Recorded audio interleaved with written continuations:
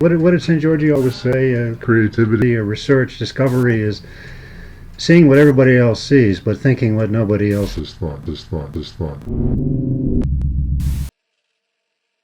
So, have you ever thought about why do your best ideas show up in the shower instead of when you're actually trying to have them?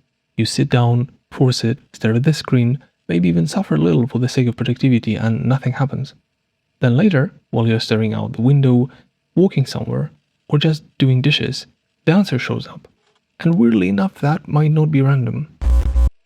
There is a good reason certain kinds of doing nothing can help with idea generation. Sometimes it's better to procrastinate than to work harder. There is one problem though, not all procrastination works the same way. A walk might help, a shower might help, half asleep drifting might help. Doom scrolling for 40 minutes probably doesn't help quite the same way, or does it? So let's figure out what kinds of procrastination actually help your brain think better and what kinds just fry it in a more entertaining format. To understand why this happens, we need one big idea.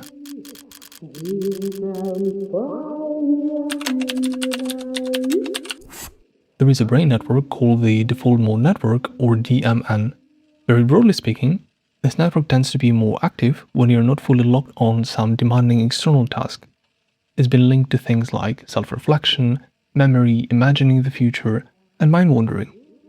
And mind-wandering matters here because for certain kinds of problems, especially creative ones, stepping away can actually help.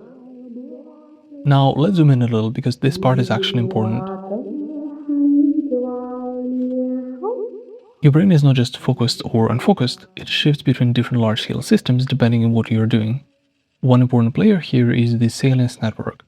It detects internal or external signals and helps shift the brain between different modes. Think of it as a switching system. One of those modes involves the default mode network. It's responsible for self-reflection, mental state, introspection, something internal and iterative. And there are plenty of studies showing the connection between creativity and the default mode network.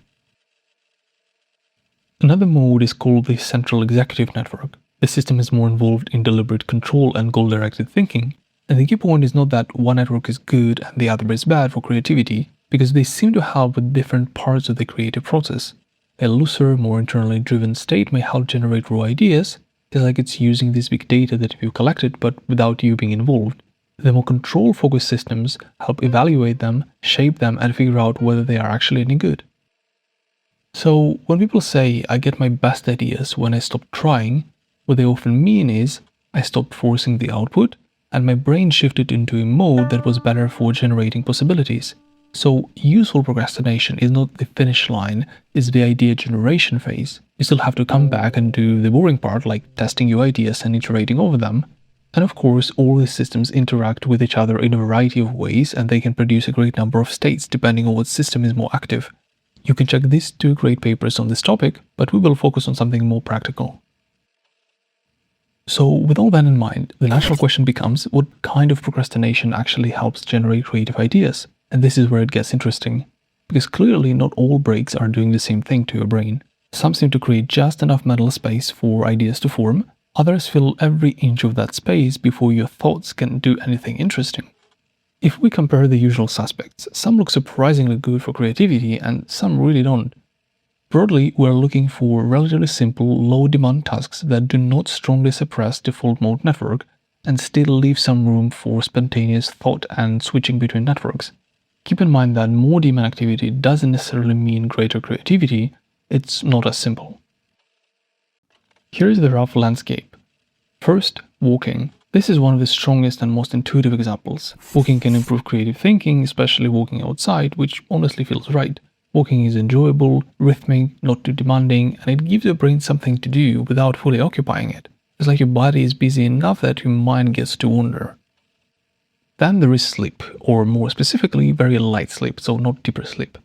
In one experiment, people were more likely to discover a hidden trick to solve a mathematical problem after going into the lightest state of sleep. And similar effects have also shown up with just quiet rest, so low input, low pressure states seem to help a lot. Now, music gets trickier. When it comes to certain kinds of creative tasks, background music may actually get in the way. But don't get upset too early, there might be a dual effect depending on task, music type, and cognitive load. I will revisit this point at the very end. And what about simple and demanding tasks?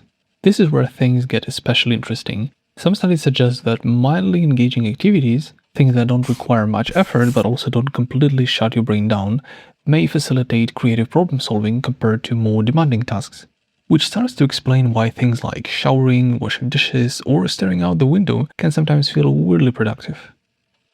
Now, compare that to short-form content that you get on TikTok or Instagram. Those activities are not exactly hard or demanding, but they are extremely high in stimulation, and that never-ending stream of input may leave no room for the kind of mind-wandering state that seems useful for idea generation. So, what do we do with all of this? I think there are two important takeaways. First, studies identify general trends and averages, and realistically, you're not the average, you're a point on the distribution. What works in general may or may not work for you. And that's me kind of revisiting the music point. Even if background music hurts performance in some studies, that doesn't mean it always hurts yours. So a great thing you can do, while keeping in mind the evidence, is to ask yourself a question. When I do this activity, do ideas actually become more fluid, or am I just pleasantly distracted? And if you don't know, next time you do that, take a mental load. Just treat yourself as a patient, gather some data, and act on it. Second, not every moment of your life needs to be optimized for creativity. The point is not to turn every break into some hyper-efficient neurological productivity ritual. The point is just to notice that there might be a difference between rest that restores thought and distraction that replaces it. And once you do notice that difference, you can use it to your advantage whenever you want.